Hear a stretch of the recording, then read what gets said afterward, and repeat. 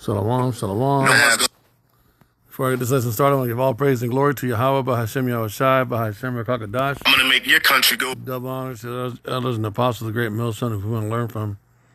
And a shalom to the hope elect, taking this truth to the four corners of the earth, bidding the elect spirits to the marriage supper of the Lamb. It's your brother Radah. With a really quick lesson. This is a sniper, very, very, very popular, very successful sniper in Esau's army. He is an Israelite. I don't know how much he knows of himself. I think there's been times where he's talked about it, but he is an Israelite, man, and he's very skilled at what he does. This is what I did. I said this, look, watch. So I said, what is the African-American sniper? Look what... Nicholas Irving, also known as the Reaper, was the first African-American sniper. He was a U.S. Army Ranger who deployed to Iraq and Afghanistan. He is credited with 33 enemy kills in a 100-day period and wrote the best-selling memoir, The Reaper. And that's him. That's him. Typical, I mean, just textbook Jake, right? Just Judite, bro. You know, he should be with Yahushai, but right now he's in the, like the rest of us, the affliction of Zion. He just doesn't know who he is, unfortunately. Maybe he'll wake up, but this is him. That's him. Looks like a mighty man. You know what I mean? Basically a mighty man. He just doesn't know who he is. Okay, so this is him. Broke your country. This is him now with his long hair. He's out the army or the Marines, whatever he was. Listen to what he's saying. To go broke. No one's gonna have shit. F the oil. I'm gonna light it all on fire. I'm gonna destroy my infrastructure. Just make everybody feel it. You'll start seeing war on the streets when that gas hits $20 a gallon. Absolutely. You don't have to have a world war. You'll have one here. You don't give a shit about a world war. That electricity won't even be on. You can't afford that to even turn on the news to find out there's a world war. You got to go fight your neighbor. You got to go up the street. You got to go rob a store for whatever goods they have, because bread costs $50, $20. You want a peanut butter jelly sandwich, you're going to have to go kill somebody for it. Everybody's got morals while they got money in their pocket. But as soon as the money's gone, you'll see how many morals you really have as a society. That shit goes out the window. That's one of the first things that's going to go out the window. The truth. But your morals is going to go out the window. You will steal. You will lie. You will cheat. You will to eat, to survive. Yeah. Even as you're talking, I'm like, my God, this is biblical. I pray that it doesn't come down to this point. We all should. We all should. But as we all know, self-preservation, that's the first law of the land. Mm-hmm. There is another part of the world that cannot afford for us to control that oil. Mm-hmm. They just can't. Then we're playing an entire different game. I mean, it's energy warfare. I'm going to make your country go broke, your country go. So let's get some precepts. Let me see. The black horse. The black horse, right? Revelations. When this seal looks like it's about to be opened. Okay, Revelation 6:5. And when he opened the third seal, Salakia, the third seal. And when he opened the third seal, I heard the third beast say, "Come and see." And I behold, and lo, a black horse, and he that sat on him had a pair of balances in his hand. And I heard, this is verse 6, and I heard a voice in the midst of the four beasts say, "A measure of wheat for a penny, and a measure of barley for a penny, and see thou hurt not the oil and the wine." All right. And when he had opened the fourth seal, I heard the voice of the fourth beast come and say, and look, behold, a pale horse. And as a result of that black horse, this pale horse falls right behind it. This is the result of famine. This is the result of a lack of bread and water. the result of insane gas prices, where all the electricity and the grid basically just shuts down because of what's happening in the earth. And I looked, and behold, a pale horse, and his name that sat on him was Death, and hell followed with him. And that means a horrible situation on the earth, and power was given unto him over the fourth part of the earth to kill with the sword and with the hunger and with the death and with the beasts of the earth. And that fourth part of the earth doesn't mean a fourth part of the human population on planet Earth. That fourth part of the earth is specifically talking about the West. It's talking about America. It's talking about where the Edomites are at, where 2/3 of Jacob's at. It's talking about Mystery Babylon. This is a judgment that's coming here. Because we're a society that lives on what? We live on electricity. We're living in our houses right now. My ceiling fan is spinning. I got my fan in my bathroom on. I got my window cracked. My landlord even has the AC on. And so and right now my phone's plugged into the earth, or into the ground. I mean, Salakia, plugged into the wall, and I'm charging my phone as I'm doing this lesson. I got a refrigerator in my room. I got a freezer and a refrigerator in my room, right? I got power to keep my food cold. I have a crock pot in the kitchen. I can plug that crock pot into the kitchen and put it on the setting, and I can cook beans and rice slowly for 3 or 5 hours, and I'll have a meal. I'll have a meal that's good for 5 days and 5 different servings, 5 major big servings off of a 5-hour power supply on that, plugged into this house. We're looking at that shit fucking all getting disconnected, you guys. When this sets in, and I heard a voice in the midst of the 4B say, a measure of wheat for the penny and 3 measures of barley. When that black horse is released, which it looks like it's about to happen, right? And when he had opened the third seal, I heard the third beast say, come and see. And I beheld, and lo, a black horse, and he that sat on him had a pair of balances in his hand. That means everything's going to be measured. I think there is even a prophecy in Ezekiel, drink water by measure. Look at this, man. This is the one. I'm not gonna lie, bro. As much as I'm an eater, I'm very respectful of this prophecy right here, the one that has to do with water. Look, Ezekiel 4:11, thou shalt drink also water by measure, the 6th part of a hin, from time to time thou shalt drink. Let me see. So this was Ezekiel laying on his side. He was laying on his side in front of the children of Israel as a sign of what was going to come. But this is going to repeat itself here in America, okay? Thou shalt, son of man, take thee a tile and lay it before thee, and portray upon it the city, even Jerusalem, and lay siege against it, and build a fort against it, and cast a mount against it. Set the camp also against it, and set battering rams against it round about. Moreover, take thou unto thee an iron pan, and set it before a wall of iron between thee and the city, and set thy face against it, and it shall be besieged, and thou shalt lay siege against it. They shall be a sign to the house of Israel. Lie thou also on thy left side, and lay the iniquity of the house of Israel upon it, according to the number of the days that thou shalt lie upon it, thou shalt bear their iniquity. So he would lay on his right side and on his left side for so many days, and each day was for the iniquity of a year. And then later Israel would play that out. For I have laid upon thee 3 years of their iniquity, according to the number of thy days. 390 days, so shalt thou bear the iniquity of the house of Israel. And when thou hast accomplished them, lie again on thy right side. And thou shalt bear the iniquity of the house of Judah 40 days. I have appointed thee each day for a year. Therefore thou shalt set thy face toward the siege of Jerusalem, and thine arm shall be uncovered, and thou shalt prophesy against it. And behold, I will lay bands upon thee, and thou shalt not turn thee from one side to another, till thou hast ended the days of thy siege. Take thou also unto thee wheat and barley and beans and lentils and millet and fitches and put them in one vessel, and make thee bread thereof according to the number of the days that thou shalt lie upon thy side 390 days.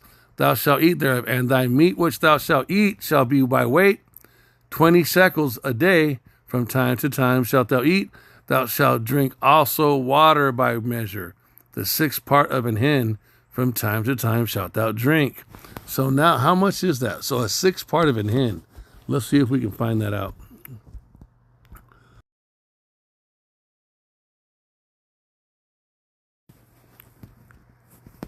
No, man. It completely, no. Okay.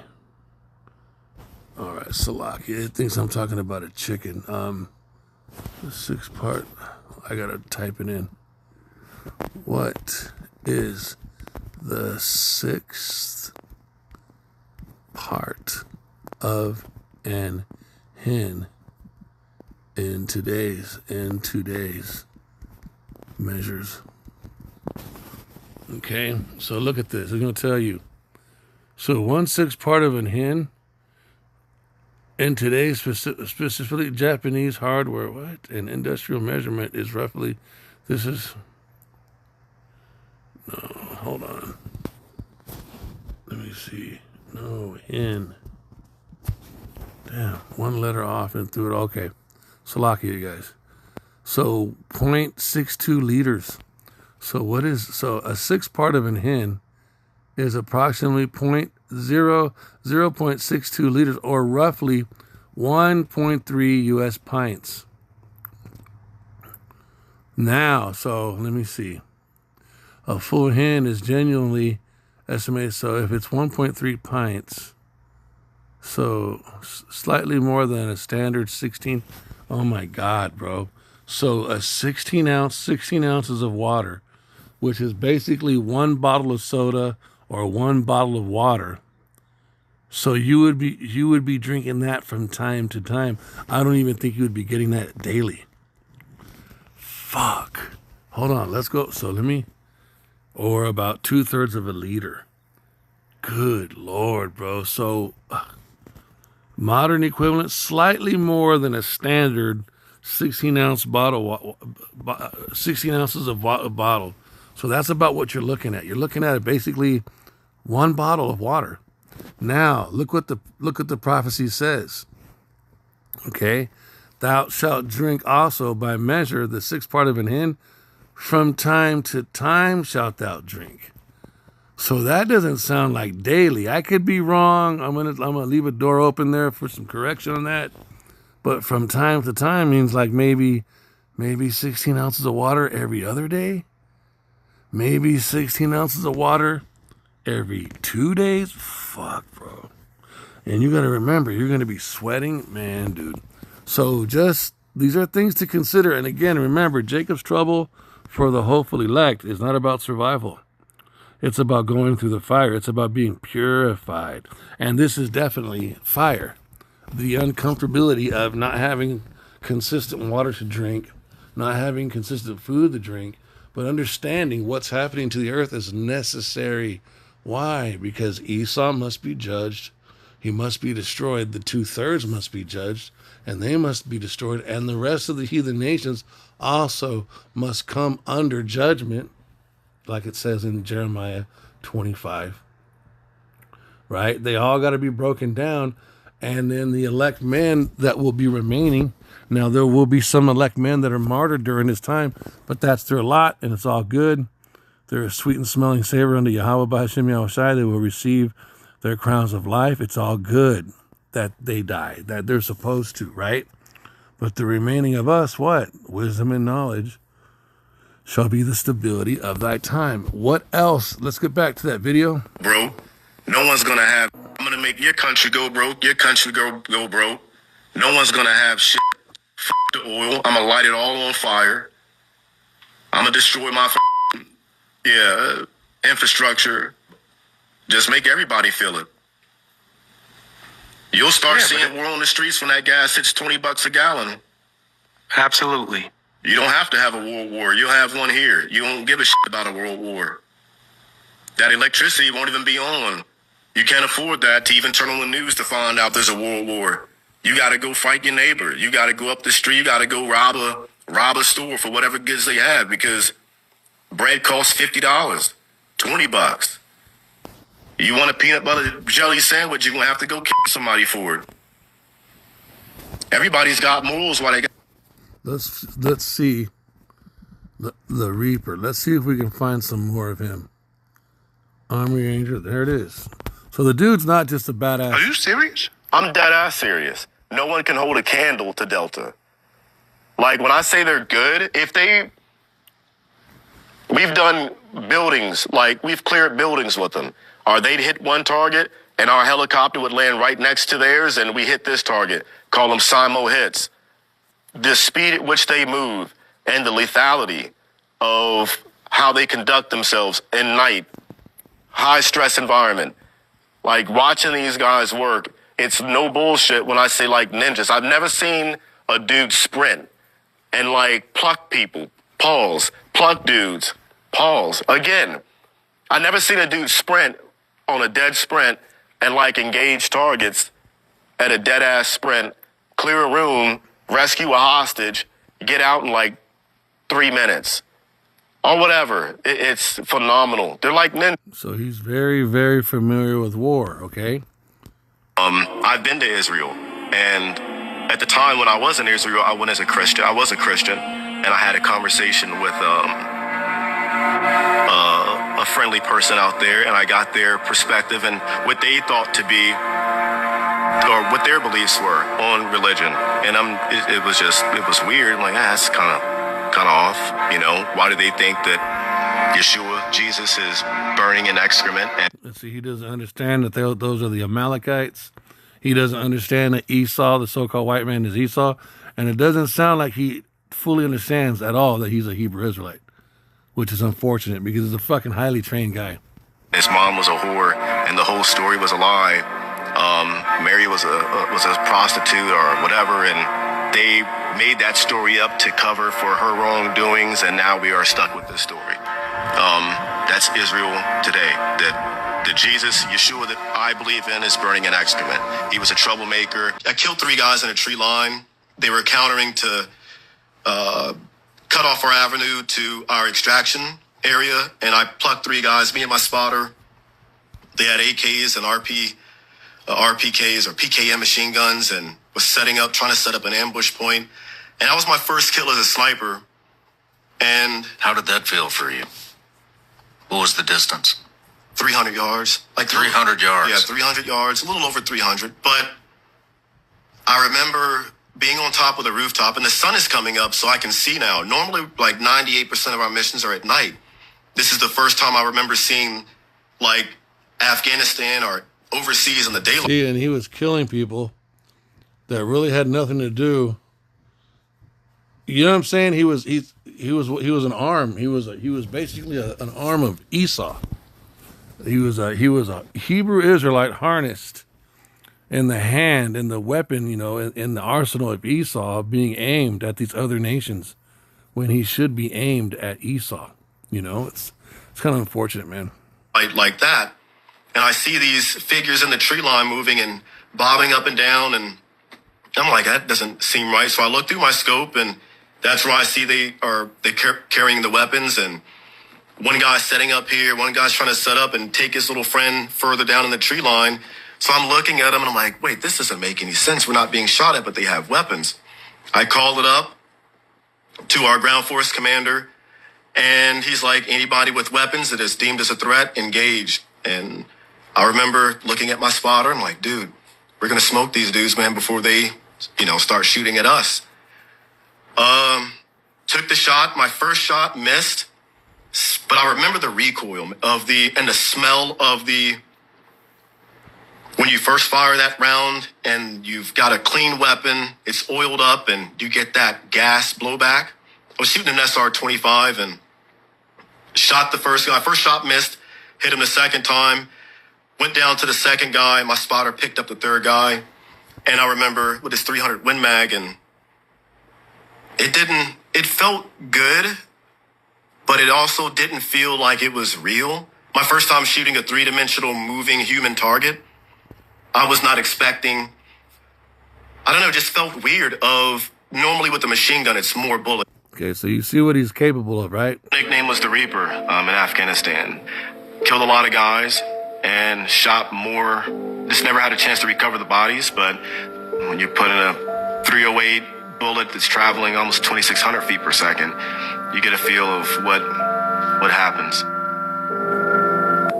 U.S. Army's Sergeant Nicholas Irving, a.k.a. the Reaper, was one of the deadliest Army Rangers in U.S. history. Nicholas Irving is an Army Ranger sniper who served in Iraq and Afghanistan. He is a former member of the 3rd Ranger Battalion 75 5th Ranger Regiment.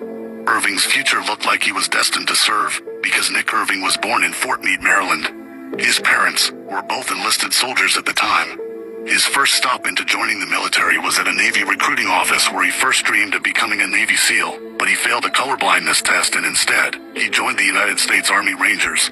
During his active duty service, Nick Irving was deployed multiple times to Iraq and Afghanistan. He becomes widely known after his military record had 33 confirmed kills in a single deployment. He accomplished that while he was serving as a sniper and machine gunner in Afghanistan. He has become one of the deadliest Army Rangers in history. His weapon of choice was an MK-11 rifle, a modified version of the SR-25 sniper rifle, nicknamed Dirty Diana. Fellow Rangers nicknamed Irving the Reaper because of his proficiency for killing. He earned the nickname after killing 33 enemies in less than 4 months while deployed in Afghanistan. His unconfirmed kill total count could easily be into triple digits. After he retired from the military, Irving has been haunted by nightmares from the day of his first kill. Since then, his life has been a roller coaster of alcoholism. See, and that PTSD, you don't hear nothing of that mentioned in the scriptures. Anytime David went to war, anytime the Israelites went to war, you never hear of PTSD, so that's got to be some type of judgment that gets put on the soldiers for being the helping the Esau be the hammer of the earth. That's my only, because you don't hear of any type of PTSD in scripture. You never hear of King David writing out psalms where he's expressing remorse or some type of plague of the heart, tormenting of the mind when killing the heathen or the wicked. So I don't know, that's very unusual. But so I just wanted to show you guys who this guy is, right? Let's get out of here. I'm gonna make your country go broke. So this is him speaking. Your country go broke. No one's gonna have shit. F the oil. I'm gonna light it all on fire. I'm gonna destroy my infrastructure. Just make everybody feel it. You'll start seeing war on the streets when that gas hits $20 a gallon. And that's right. That's the part right there, bro. Listen to that shit. Absolutely. You don't have to have a world war. You'll have one here. You don't give a shit about a world war. That electricity won't even be on. You can't afford that to even turn on the news to find out there's a world war. You got to go fight your neighbor. You got to go up the street. You got to go rob a store for whatever goods they have because bread costs $50, $20. You want a peanut butter jelly sandwich, you're going to have to go kill somebody for it. Everybody's got morals while they got money in their pocket. Everybody's got morals when they got money in the pocket. Everyone is moral when they're in comfort, when they're at ease, when the water is running, when the AC is on, and the refrigerator is full, and the gas tank is full, and there's no martial law. Everyone is got some form of morality. But as soon as the money's gone, you'll see how many morals you really have as a society. That shit goes out the window. That's one of the first things that's going to go out the window. The truth. But your morals is going to go out the window. You will steal. You will lie. You will cheat. You will to eat, to survive. Yeah. Even as you're talking, I'm like, my God, this is biblical. And how biblical is this? We're going to get it. Second Ezra's, man. Second Ezra's. 15. Let me see. Hold up. Let me see.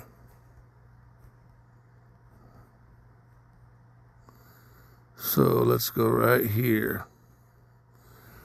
2nd Ezra 15, verse 14 down. Woe to the world and them that dwell therein, for the sword and their destruction draweth nigh, and one people shall stand up and fight against another, and swords in their hands, for there shall be sedition among men, and invading one another. They shall not regard their kings nor their princes, and we are about to enter in that moment now. And the course of their actions shall stand in their power, meaning when this starts to happen, when this level of chaos or this level of what's it called? When you rise up against the government, seditions. When this level of sedition starts, it's going to be the people are going to be doing what they want, right? That's what that means. Remember, prophecy are oracles that govern the spirits they are assigned to. These are programs. Look at this like a computer program, and everybody is a recipient of the program. They're going to do what this says they're going to do. This is the script to the movie. Verse 17, a man shall desire to go into another city and shall not be able to as a result of martial law. And look, verse 18, for because of their pride, the city shall be troubled, the houses shall be destroyed, and men shall be afraid. Esau has absolutely no concept of repentance or that this is the judgment of the Lord. Neither do the 2/3. But mainly Esau, the so-called white man, they're all about survival. And again, there's nothing wrong with survival, but when you're dealing with the judgments of Yahweh, when you're entering into Yahweh Shabbat, the judgments of Yahweh, you need to repent, but the only people who can repent are who? The Hebrew Israelites. And out of all the Hebrew Israelites, it's only the elect who are going to hear the voice. And it's only the elect who are going to respond to the voice and begin to cry out to Yahweh while Yahweh Shai and ask for forgiveness and have a completely changed heart. Everybody else is going to be trying to survive, which is what? Pride and non-repentance. Verse 19, a man shall have no, look at this, man. This is what these brothers are, they're showing you on a carnal scale. A man shall have no pity. A man, this is verse 15 and verse 19. A man shall have no pity upon his neighbor, but shall destroy their houses with the sword and spoil their goods because of the lack of bread and for great tribulation. That's the reason why that's going to happen, man. Okay? So these little homesteads you see these Edomites developing where they got a bunch of people in there, oh yeah, we're underground. They're going to fucking turn on each other, you guys, just based on that precept. Verse 19, they're going to turn on each other. When this is released into the atmosphere, when this spirit is released, people are going to turn. Why? Because they're not going to have wisdom and knowledge, which will be the stability of their time. They will not understand that they are in Jacob's trouble, the worst time in human history. The elect will know. The hopeful elect will understand and know. And we'll be hiding out, moving, navigating properly, understanding what's going on while everyone else is losing their fucking minds, man. You know, I pray that it doesn't come down to this point. We all should. We all should. But there's no stopping prophecy. This is written into the story. Jacob's trouble, Jeremiah 30.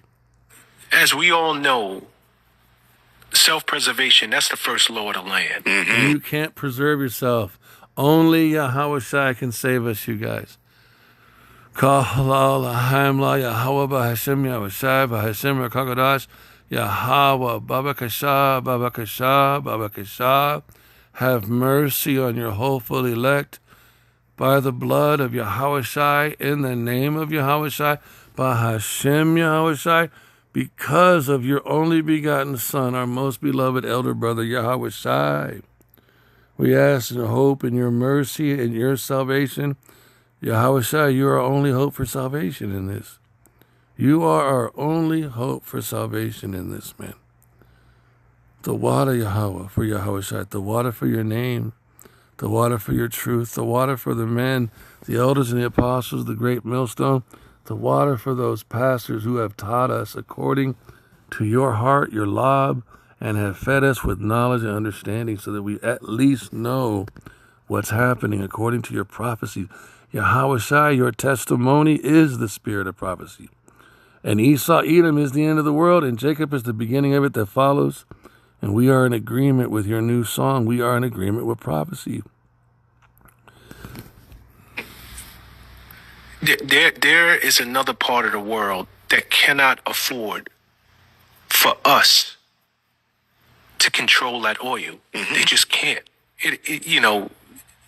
Then we're playing an entire different game. I mean, it's energy warfare. I'm like, No. The truth. But your morals is going to go out the window. You will steal. You will lie. You will cheat. You will to eat, to survive. Without the Thawa, without the mark of exemption, without the spirit, without Yahweh Bahashem Yahweh Shai, without knowledge and wisdom and understanding of these prophecies, motherfuckers are going to go crazy. I pray that this lesson was edifying. I want to give all praise and glory to Yahweh Bahashem Yahweh Shai, Bahashem HaKadosh, and double honors to the elders and the elders and apostles, the great millstone of whom I learned from. It's your brother Radah. Shalom.